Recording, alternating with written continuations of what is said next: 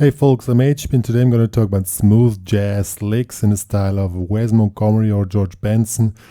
Since George Benson is pretty much influenced by Wes Montgomery, it's more or less pretty similar. Some ideas, some cool little licks, easy to play, but great sounding, more or less. That's how it sounds, more or less.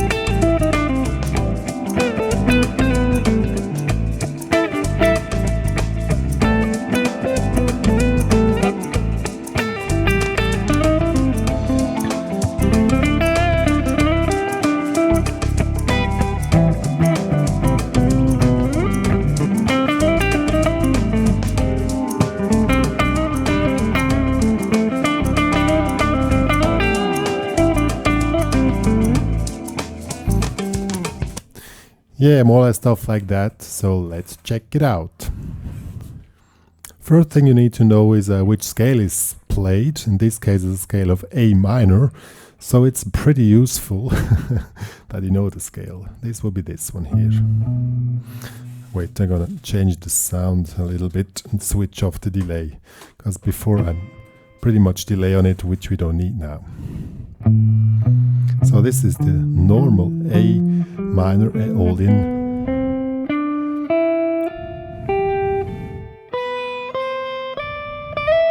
Maybe played till the 12th fret. Also, it's pretty useful that you can play the scale like here, or let's say here in the second position. Just that you have more or less an orientation. So this will still be A Aeolian. Now, since this time we don't follow the chords so much, so we play more kind of a modal bluesy type of improvisation with those typical Wes Montgomery or George Benson slides. Now let's first check out the slides. The point is, you play octaves. You can play the entire scale with octaves. So, and for the orientation, to play octaves, you in this case I always take the pinky as an orientation. So this will be the A here. Now the octave below is 2 frets below and skip 1 string. So it will be this one here. Go to the next string. So this is the scale. See? First you need to play the scale with the pinky. See, up here.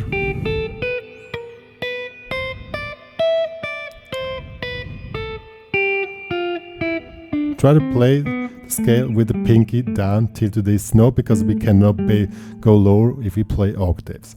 Once you have it, then you take the second note, the octave below. So this will be the index finger. And if the pinky is on the D or G string, it's always 2 frets out of each other. So we have here like this. See? And now when we come with the pinky to the B string, then it will be 3 frets.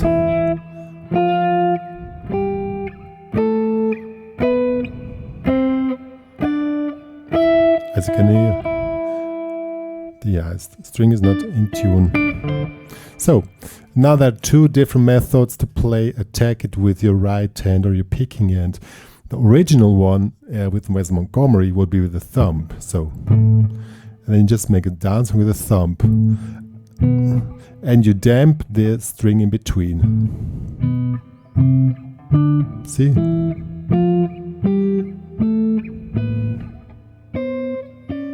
Oops. I personally don't play this kind of style too much. I don't like it so much because to continue to play it gets a little bit tricky. You really need to love this typical Wes Montgomery sound, which can only be created with the thumb. See, it will be that. So, but if you want to play with the pick, then it's pretty easy, just with downstrokes. See? But in this case, pay attention to your proper damping technique of the string in between. It should not sound at all. Now, this is the first part, so you can play. Then the second thing is very typical, is that you make those slides. So, see, you slide from the below note up to the next, like here in from 10, in this case when I make the orientation with the pinky, I say with the pinky is the 10th fret, 10 to 12. See?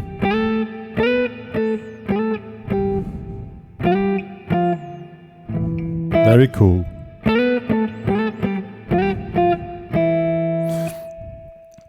Yeah, and you can do like this, so try to do this here. So slide up. Always do this sliding technique up, which is pretty cool. And this gives us typical sound, which we want. So let's see it with the sound.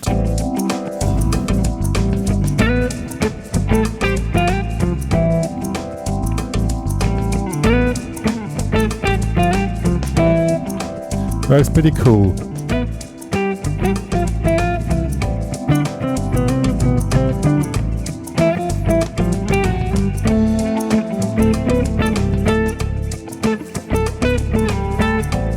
It's all the same technique.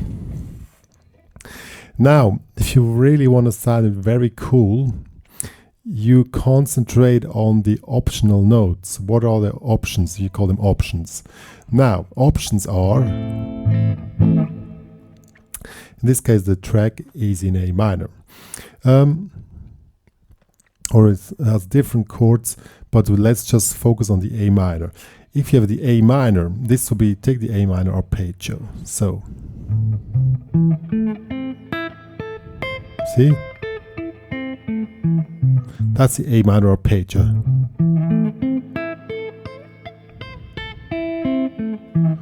So the optional notes are the ones which are not chord notes and not the same. So that would be in this case this here, the B, this is the 9th, then the 7th. See? And okay, the flat 13 doesn't really sound cool. Of course, the 11, this will be here the D. Or you can play it at once, so this will be here the D, the B, the 7th will be the G, on down to the 5th, which would be the E. So always slide it a little bit. So that sounds very cool.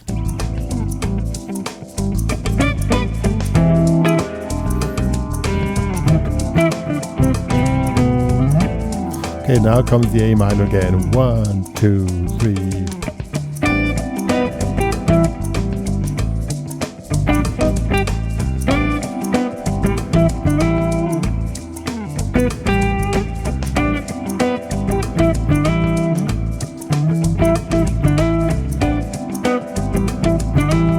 Now comes the D minor.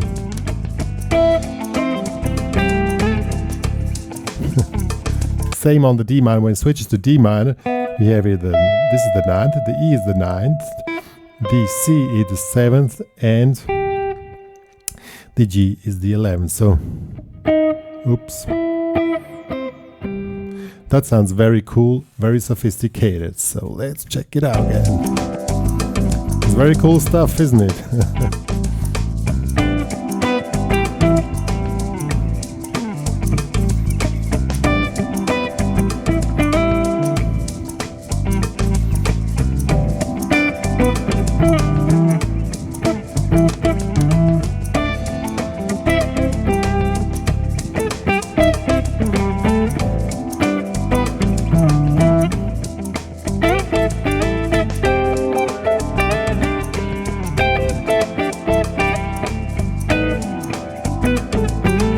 Now comes the last part. These very cool ones. I call them Wes power chords. You could play any spot in the scale where you have a quarter note, the fourth in between the octaves, like in this case in the E. Here, this one sounds cool, so you don't damp the middle note again. You take this as well. So this is a power chord. Chord only contains of fifths or fourths. And not all works. In this case, this works here, that one here in the 9th fret, in the 7th fret, if you want here in the 4th. But that doesn't really sound good. This one sounds cool, this one sounds cool, this one sounds cool in the 12th and in the 14th. And make it cool and funky. George Benson did a very cool style. So, let's see how it works.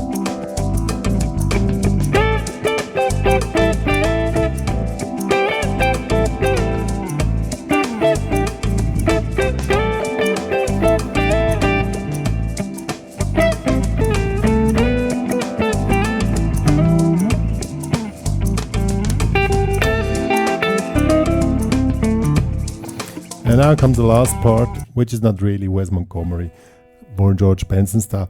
If you really want to like open up the whole thing, I would really suggest that you add some single note lines in between. In this case, I would really concentrate on the A blues scale. So this is a cool lick here, which I played before, this one here. In 16, so 10, 8, 9, 8, 10. And then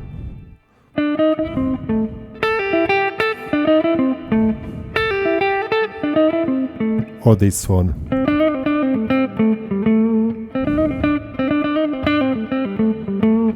This is a little bit tricky, but it's a very jazzy little lick. So here in the 7, hammer on pull off, which is not really Wes Montgomery style, but really fits very cool here if you mix it up with the other stuff.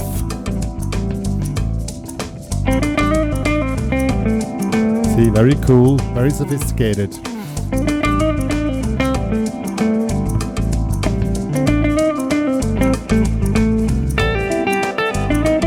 The other one.